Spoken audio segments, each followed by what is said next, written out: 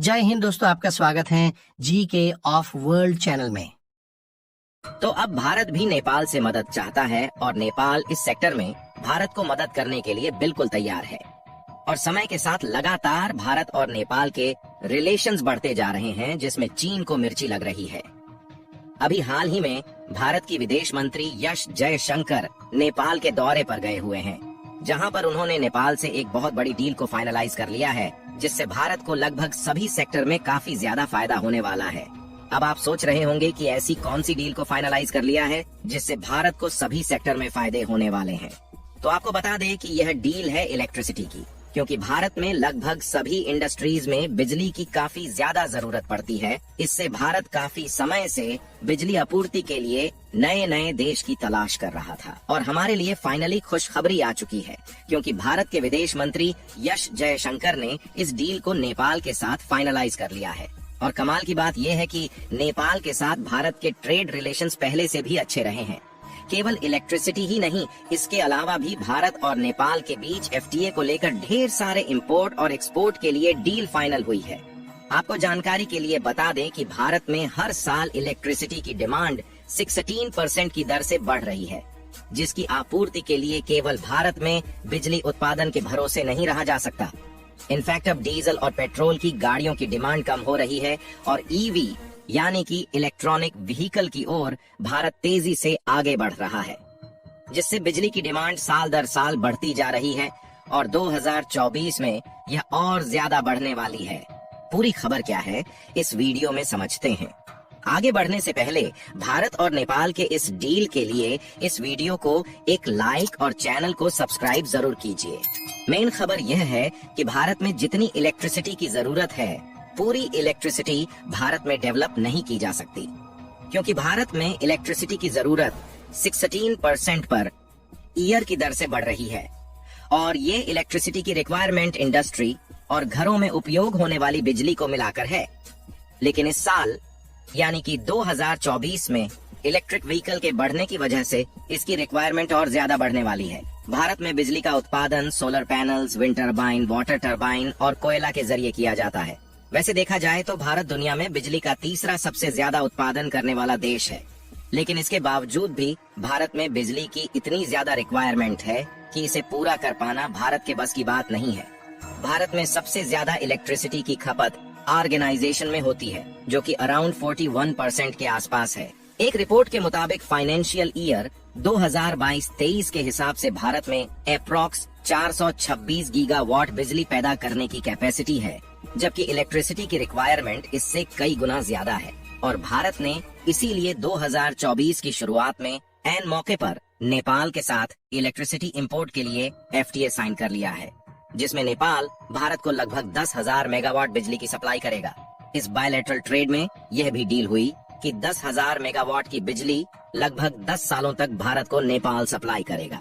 इसके अलावा भारत ने नेपाल को दूसरे ग्रहों और उपग्रहों पर जाने की तकनीक देने का वादा किया है। जैसा कि आपको पता ही होगा कि भारत स्पेस मिशन में लगातार ग्रोथ कर रहा है और इस साल चांद पर इंसानों को भी भेजने वाला है। इसीलिए नेपाल ने भारत से स्पेस मिशन के लिए तकनीक को मांगा है और भारत देने के लिए बिल्कुल तैयार हो गया है। इसके अलावा इस बायलैटरल ट्रेड यानी कि द्विपक्षीय व्यापार में भारत और नेपाल के बीच आर्थिक मदद देने की भी बातचीत फाइनल हुई है।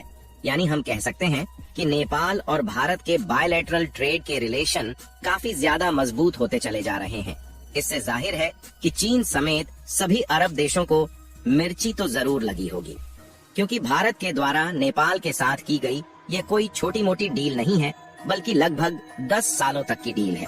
देखिए, इससे पहले 2023 के सितंबर महीने में जब नेपाल को चीनी की जरूरत पड़ी थी, तो भारत ने नेपाल को भरपूर मात्रा में चीनी की सप्लाई किया था। और तब से लेकर अब तक दुनिया के बड़े बड़े देश भारत से एफटीए यानी कि फ्री ट्रेड एग्रीमेंट साइन कर लेना चाहते हैं, क्योंकि अब सभी देशों को अंदाजा हो गया है कि भारत एक बहुत बड़ा मार्केट है, जहां पर किसी भी बिजनेस में आसानी से मुनाफा कमाया जा सकता है। इसके अलावा भी भारत को एक और बहुत बड़ा फायदा होने वाला है, क्योंकि भारत दुनिया के कई देशों को टॉयज यानी खिलौने का एक्सपोर्ट करता है। और कमाल की बात यह है कि टॉय के सेक्टर में लागत बहुत कम होती है, जिसकी वजह से यह इंडस्ट्री भारत की जीडीपी में काफी ज्यादा योगदान देती है। और अब खबर निकलकर यह आ रही है कि इस इंडस्ट्री ने पिछले 8 साल के रिकॉर्ड को तोड़ दिया है। और अगर पिछले 8 साल का डेटा देखा जाए तो टॉय एक्सपोर्ट सेक्टर में 239% की बढ़ोतरी हुई है। वैसे खिलौना एक्सपोर्ट के मामले में चीन नंबर 1 पर आता है और दूसरे नंबर पर यूनाइटेड स्टेट का नाम आता है। लेकिन अब भारत की खिलौना इंडस्ट्री जिस तेजी के साथ आगे बढ़ रही है, इससे जल्द ही चीन और यूनाइटेड स्टेट को बड़ी सबक मिलने वाली है। देखिए, भारत में बने खिलौने थोड़े महंगे जरूर होते हैं, पर उनकी क्वालिटी सबसे ज्यादा बेहतर होती है और भारत अपनी क्वालिटी के लिए ही पूरे मिडिल ईस्ट में जाना जाता है। अगर टॉयज प्रोडक्शन की बात की जाए तो सबसे ज्यादा चीन, अमेरिका और तीसरे नंबर पर भारत में किया जाता है। भारत जो टॉयज एक्सपोर्ट करता है उनमें इलेक्ट्रॉनिक, मैकेनिक, प्लास्टिक और लकड़ियों से बने हुए खिलौने शामिल होते हैं। और अमेरिका भले ही टॉयज का प्रोडक्शन करता है, लेकिन सबसे ज्यादा टॉयज का एक्सपोर्ट अमेरिका को ही किया जाता है। एक रिपोर्ट के मुताबिक सबसे कमाल की बात यह है, फाइनेंशियल ईयर 2014-15 की तुलना में 2022-23 के बीच टॉयज के इंपोर्ट में 50% की गिरावट आई है, जबकि टॉयज के एक्सपोर्ट में अप्रॉक्स 239% की बढ़ोतरी देखने को मिली है। क्योंकि भारत में ज्यादा टॉयज बनने की वजह से भारत में इंपोर्ट की जरूरत कम हो गई है। यानी 2025 तक अगर आप दुनिया के किसी भी देश में जाएंगे तो आपको सबसे ज्यादा मेड इन इंडिया की छाप वाले खिलौने देखने को मिलेंगे, क्योंकि भारत के खिलौने वाली इंडस्ट्री काफी ज्यादा तेजी से ग्रोथ कर रही है। आपको बता दें कि टॉयज को बनाने के लिए जिन रॉ मटेरियल्स की रिक्वायरमेंट होती है वह सभी भारत में ही अवेलेबल हैं, जिससे भारत को किसी बाहरी इंपोर्ट पर डिपेंड रहने की कोई जरूरत नहीं है। और इससे दूसरे देशों को रॉ मटेरियल्स के लिए दी जाने वाली पूंजी बच जाती है, जिससे मुनाफा बढ़ जाता है। और दूसरी सबसे अच्छी बात यह है कि टॉयज के एक्सपोर्ट के लिए भारत को ऑस्ट्रेलिया और यूनाइटेड स्टेट्स समेत लगभग पूरे मिडिल ईस्ट देशों का फ्री मार्केट एक्सेस मिला हुआ है, जिससे भारत इन देशों को ड्यूटी फ्री टॉयज एक्सपोर्ट कर पाता है। जानकारों का मानना है कि फाइनेंशियल ईयर 2014-15 में टॉयज एक्सपोर्ट 9.6 करोड़ डॉलर्स का था, जबकि 2022-23 में एक्सपोर्ट 30.6 करोड़ डॉलर्स का हो गया है।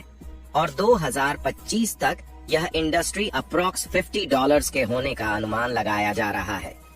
बाकी आपको क्या लगता है कि इससे भारत की अर्थव्यवस्था में कितना बड़ा योगदान होने वाला है? अपनी राय कमेंट में जरूर बताएं। भारत की प्रोडक्शन इंडस्ट्री लगातार ग्रोथ कर रही है, इसके लिए इस वीडियो को एक लाइक जरूर करें और इस वीडियो को अपने मित्रों तक शेयर करें ताकि उन्हें भी जानकारी मिल सके। और चैनल को सब्सक्राइब करके बेल नोटिफिकेशन को